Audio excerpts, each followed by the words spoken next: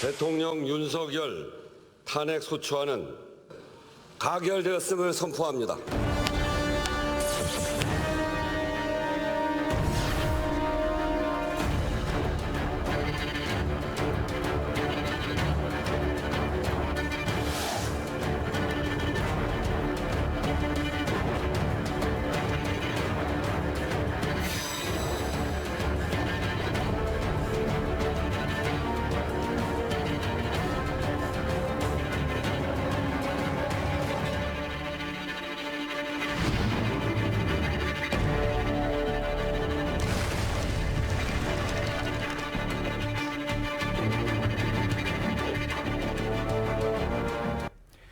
윤석열 대통령이 탄핵소추안 가결로 직무가 정지된 지 어느덧 한 주가 흘렀습니다.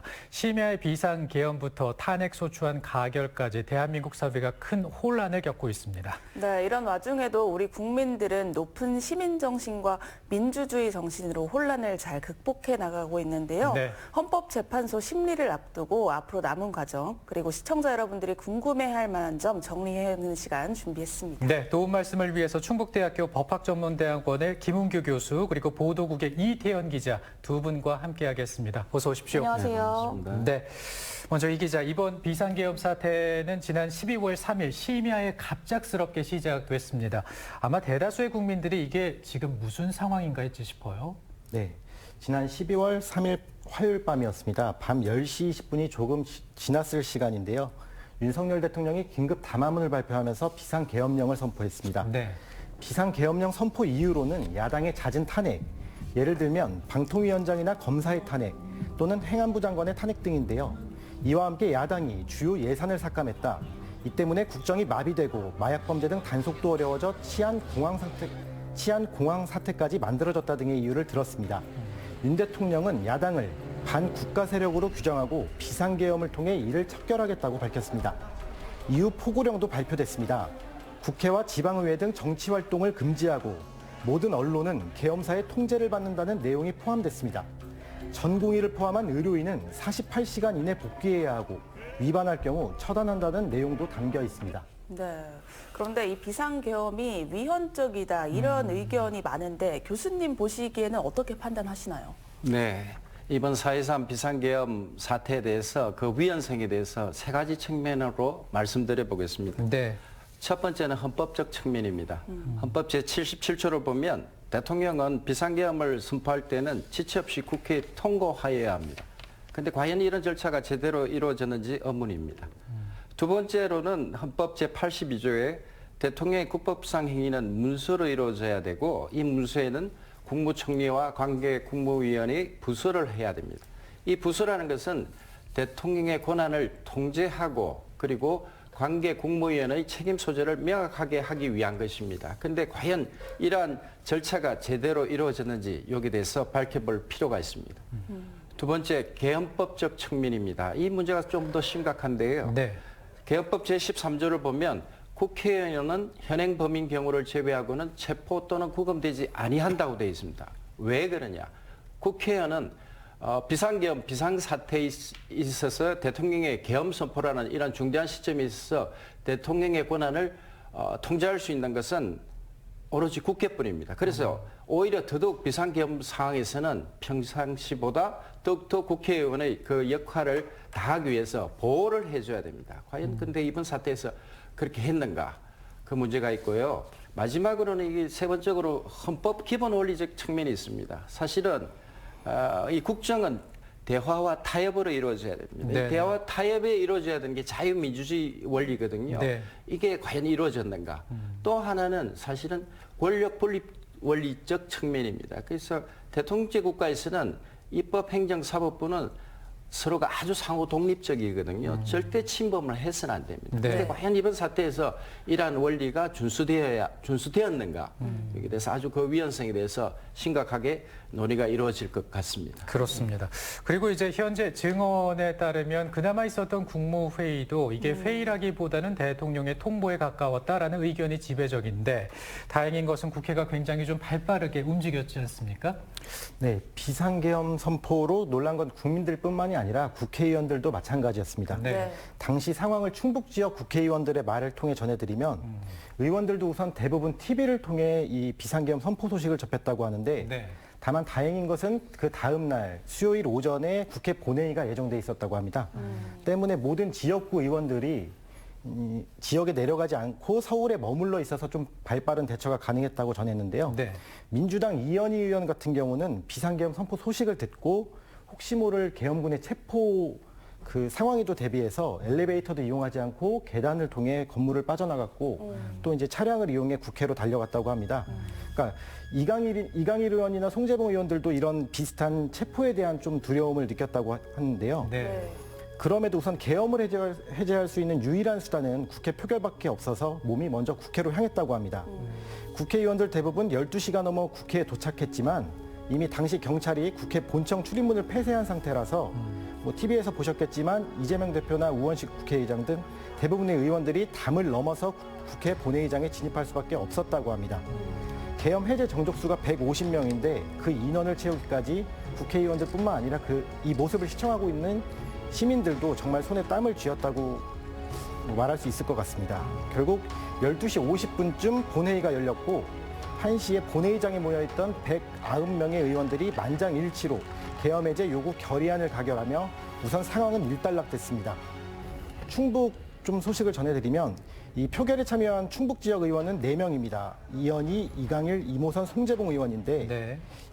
민주당 이광희 의원 같은 경우는 당시 지역 행사 일정이 있어서 청주에 머무르고 있어 좀 그 본회의장 도착 시간이 지체돼서 표결에는 참여하지 못했다고 합니다. 네. 네. 반면 국민의힘 충북 지역 의원은 3명인데 이들 의원들은 본회의장이 아닌 국회 앞에 있는 국민의힘 당사로 집결을 했다고 하는데요.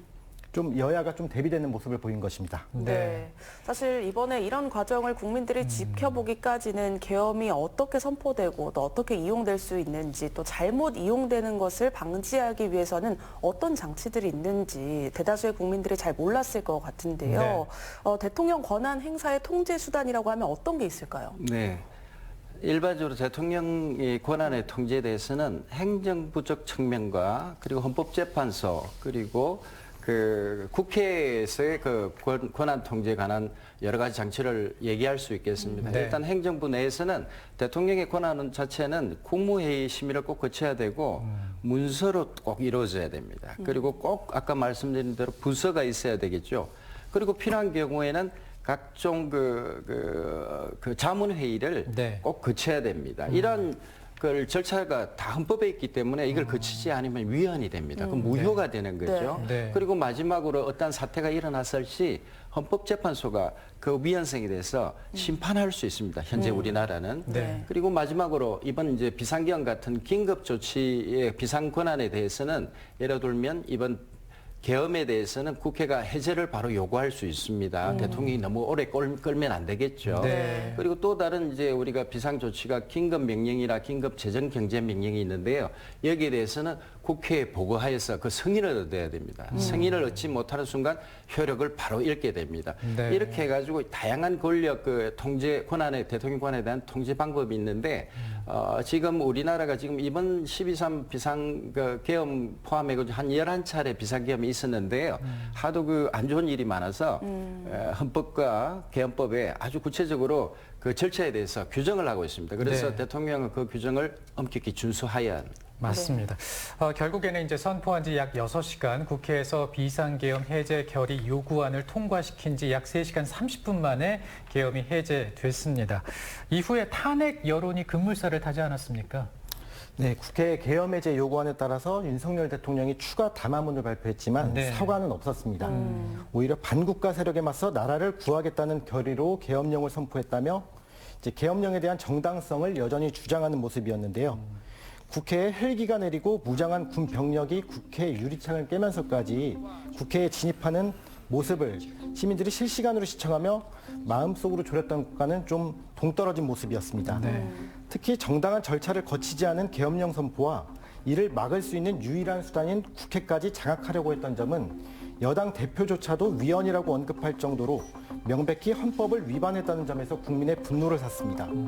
당시로 돌아가면 계엄은 해제됐지만 언제 다시 2차 계엄이 일어날지 모른다는 두려움을 느낀 국민들도 많으셨을 겁니다. 국회 역시도 아직 상황이 끝난 게 아니라며 2차 계엄을 경계하기로 했는데 절차를 무시하고 헌법을 위반하면서까지 계엄령을 선포하고 국회를 장악하는 모습을 보면서 대통령 탄핵에 대한 여론은 좀 지배적이었다고 표현할 수 있을 것 같습니다. 네. 네, 이런 과정에서 내란이라는 단어가 등장을 합니다. 내란이라는 단어도 사실 국민들에게 낯설 수 있는데 여야 사이에서 그리고 국민들 사이에서도 의견이 다를 수 있는데 우리 헌법과 법률에서는 내란을 어떻게 규정하나요? 네. 우리 형법 87조에 사실 내란죄가 명확하게 규정되어 있습니다. 네. 간단하게 말씀드리면 대한민국의 영토의 정부 또는 일부에서 국가 권력 배제 또는 국헌을 문란하게 할 목적으로 폭동을 일으킨 자 처벌한다고 돼 있는데 네. 그 밑에 또 보면 91조에 헌법 또는 법률에 정한 절차에 의하지 않고 헌법 또는 법률 기능을 소멸시키는 것 그리고 헌법에 의하에 설치된 국가기관을 강압에 의하여 전복 또는 그 권한 행사를 불가능하게 하는 거라고 규정하고 있습니다. 그래서 이번 물론 탄핵 사태하고 내란죄 그 형사소추는 사실 절차는 다르게 진행됩니다. 그래서 이번 사태를 볼 때 국회 기능마비 시도라든지 중앙선관위원회의 어떤 침입 이런 자체가 상당히 내란죄에 대해서 많은 다툼으로서 그 사실을 물론 확인을 해야 되겠지만 소송을 통해서 아주 문제가 될 것이라고 보입니다. 맞습니다.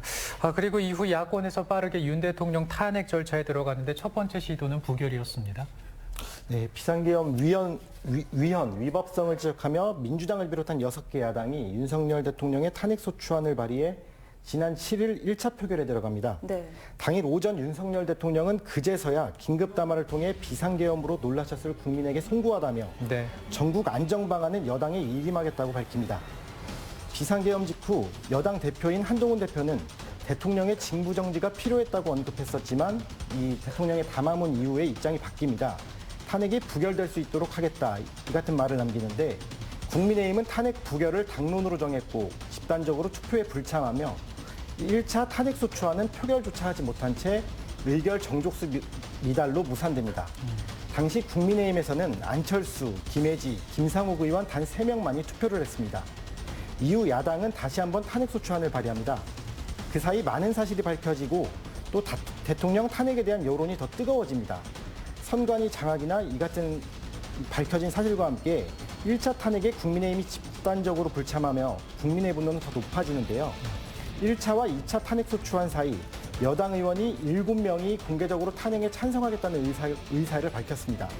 결국 여당은 탄핵소추안 투표에는 참여한다고 정했지만 끝내 탄핵 부결이라는 당론은 철회하지 않았습니다. 지난주 토요일 300명의 의원 전원이 표결에 참여했고 204명의 의원이 찬성하면서 탄핵안이 국회 본회의를 통과했습니다. 네. 네, 자 이제 탄핵 과정에 대한 국민들의 관심이 높은데요. 네. 교수님, 우리나라 대통령의 탄핵 과정 어떻게 이루어지나요? 예, 이미 많이 이루어졌죠. 탄핵 과정은 생각보다 간단합니다.